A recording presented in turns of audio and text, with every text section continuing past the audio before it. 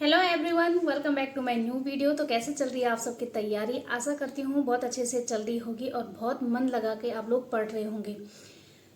बाकी कुछ कुछ बातें जो मुझे आप लोगों तक बतानी थी, इसलिए मैं जल्दी से वीडियो लेके आई। वैसे तो बहुत पहले ही पता चल गई थी मुझे ये बातें, आप लोगों को भी पता चल गई होगी। सबको आज मतलब सभी लोग सोशल मीडिया से जुड़े हुए हैं।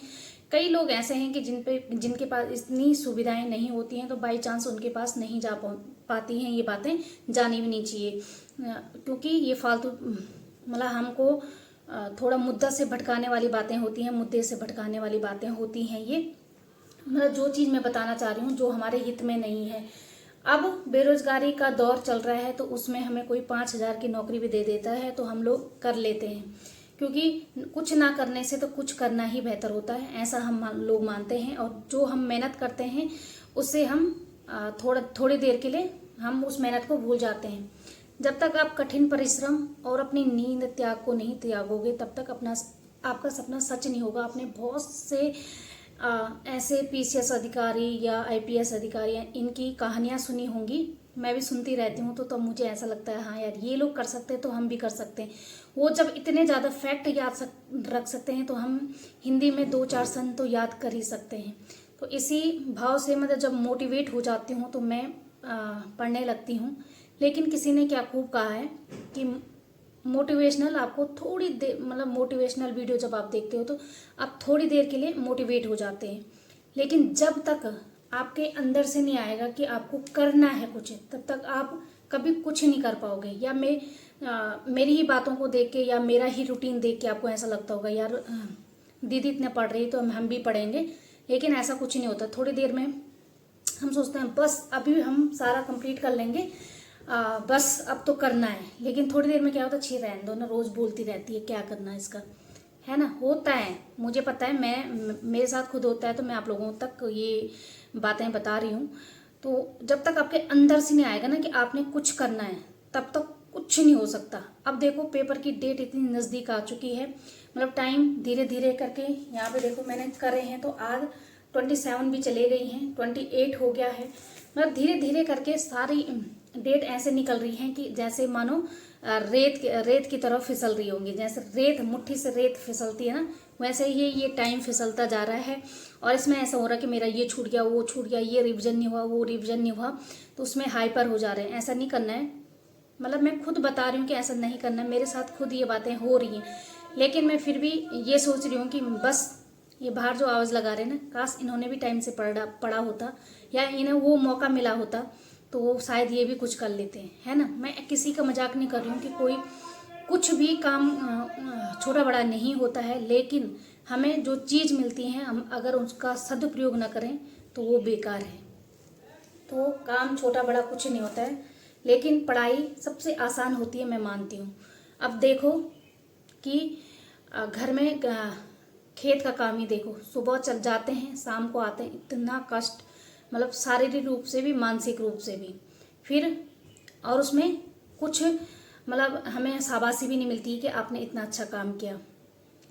ये जैसे आप ये देख लो कि दिन भर मजदूर लोग कितना मजदूरी करते हैं, लेकिन कितना कष्ट होता है उनको, मानसिक रूप से भी शारीरिक रूप से भी।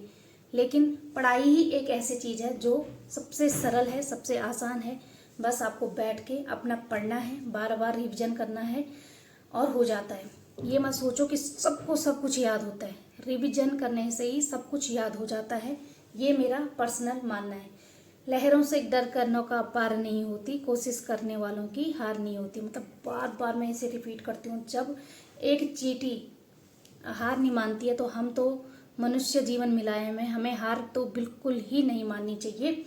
तो मुद्दा ये था कि ये पॉलिटेक्निकल वाला तो मैंने बता ही दिया था कि स्कूलों में खुले हैं, वो भी मतलब कुछ कुछ सब्जेक्ट के लिए हैं, जैसे कंप्यूटर साइंस भी किया हो उसमें, पता नहीं ऐसा ऐसा कुछ था, मैंने देखा था।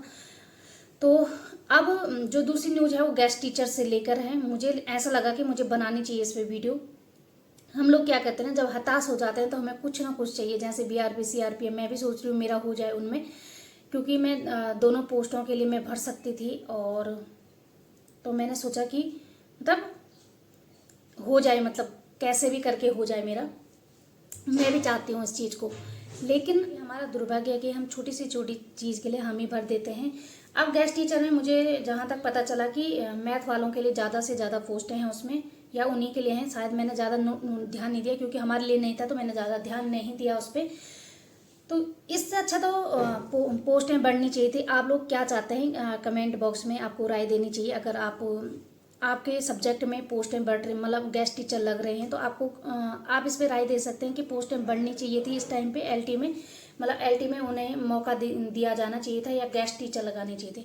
गेस्ट टीचर क्यों लगाती है सरकार, ये भी आप लोग राय दे सकते हैं। मैं जितना मैं सोच पा रही हूँ कि सरकार को आधी से आधी सैलरी पर उनको रखते हैं और उनसे श्रम भी ज़्यादा करवाया जाता है, ऐसा मेरा मानना है। आप इस चीज़ से क्या समझते हो, आप कमेंट बॉक्स में कमेंट कर सकते हैं।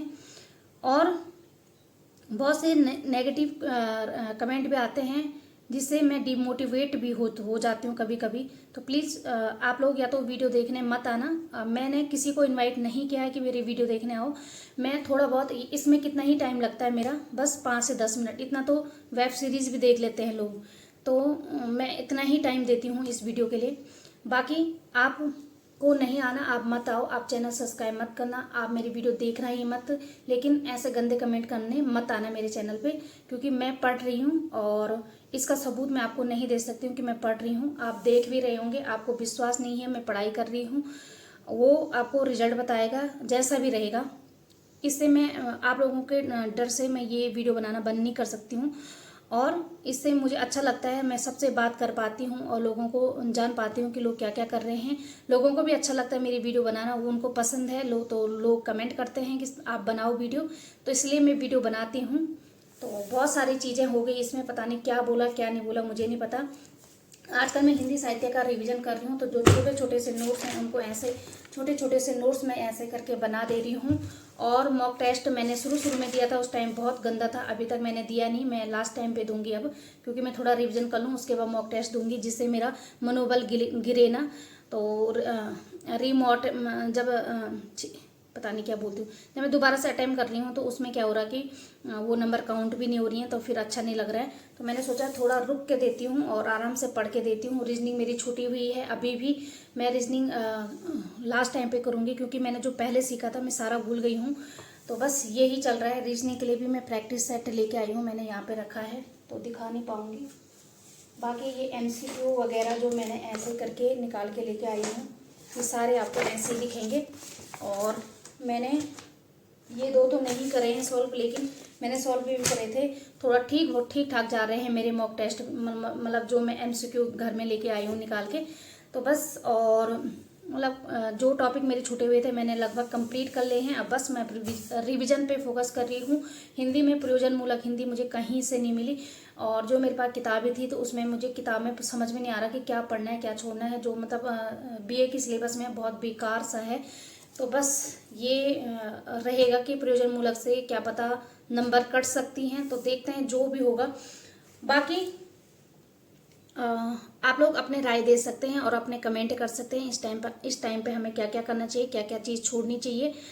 और प्लीज़ आप लोग भी बताएं मुझे, और कमेंट में जवाब दें कि आप लोग क्या पढ़ रहे हैं, किस तरीके से पढ़ रहे हैं। मिलती हूँ आपको ऐसी अच्छी वीडियो के साथ, और तब तक स्वस्थ रहें, मस्त रहें और अपनी पढ़ाई में व्यस्त रहें।